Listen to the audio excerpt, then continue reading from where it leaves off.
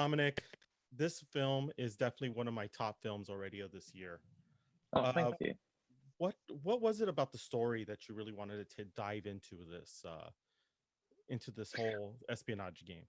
Well, I suppose the thing was when I first came across it, I was really taken with the sort of mix of, I suppose, what is in a lot of traditional spy movies, the tension and the stakes around information and what's involved in all that.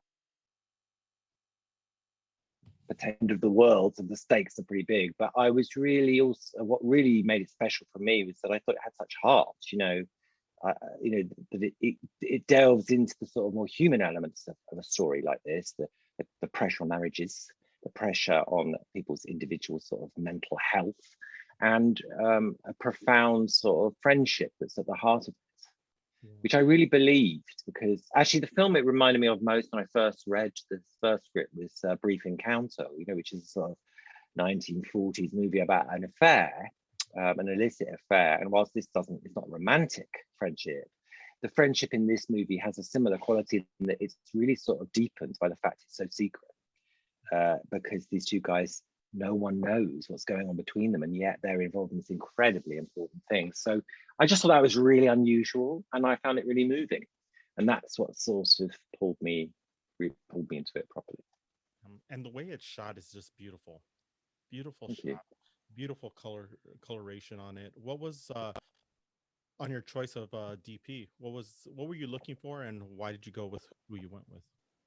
Well, Sean Bobbitt and I had worked together before on a film, weirdly, by pure coincidence. My last film was set at exactly the same time. But it was a very different kind of a film.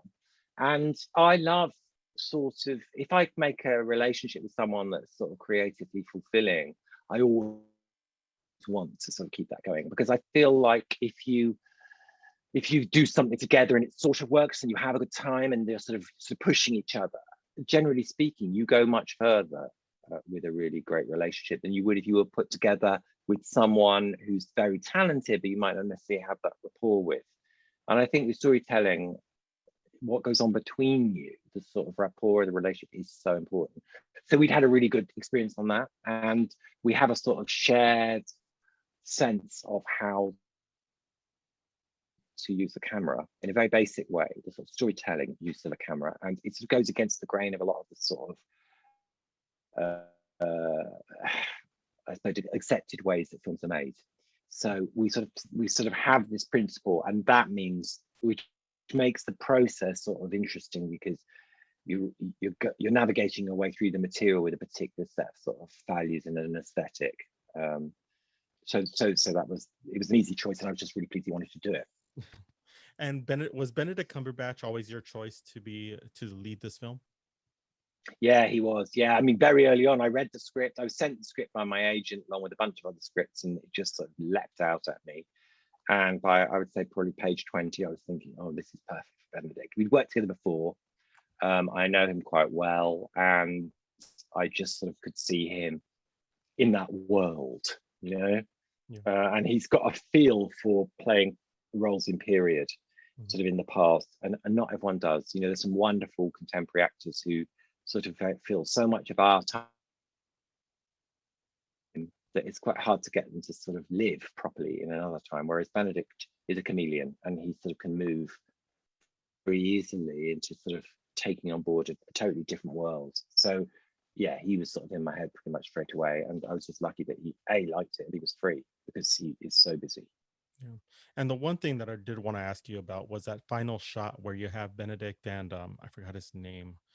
You have him in a room, and the way you shot it and the way it's lit and the way you directed it was just superb.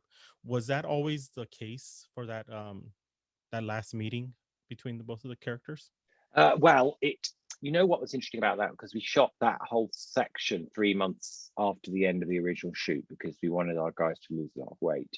I don't want to make this a spoiler, but basically that's what happened in real life. So we sort of, we talked about it and we planned it all, that they would take 3 months out and work on losing a huge amount of weight, which they did. So when we came back, we shot the last section very quickly over maybe 2 days. And essentially, I think it really helped that we'd stopped, because it was a genuine reunion. These two guys hadn't seen each other for months. Yeah. And I think, you sort of like let something sit within you, the experience of making the film and the experience of the relationship and what we knew about it. And it's sort of like fermented or whatever, like a wine or something. Do you know what I mean? It sort of was in them. And so when they came together, they sort of knew that they had to dig quite deep. The scene was really sort of well written, and we actually, even though we were shooting quite quickly, we had enough time, because again, we weren't doing loads of setups with the camera. We weren't sort of going, right, we're going to do 6 different things. We kept it really simple so that we could allow them the time to sort of play it, and they were great. Yeah, and I mean, Benedict. I was gonna say that's what I think was so great about the film. A lot of the shots look very, very easy, simple, and just go out there and get the story onto that. Was that the same experience for you?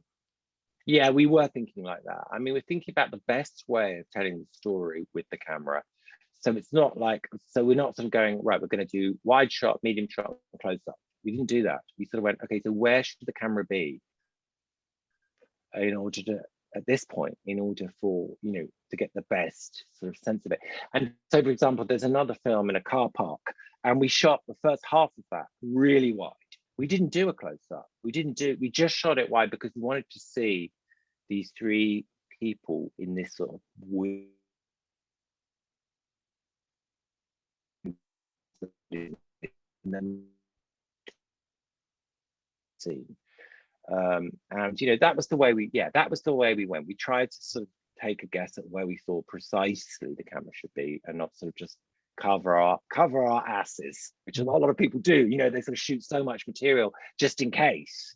And I think there's a sort of lack of confidence in that. And actually, it goes back to sort of how films were made at the time that this film was made. Because when you look at the films of the early 60s and so this year, the 1962, it was like Lawrence of Arabia, The Misfits, a bunch of really great movies actually, North by Northwest. And if you watch the way that those movies were shot, they're very sort of precise. We sort of paid homage to that, in the way that we shot it. Yeah, and I agree with you. I see a lot of that style in the film, which made it very interesting, very cool, and it's nice to see that type of style again and to be used again. So the film's coming out on VOD.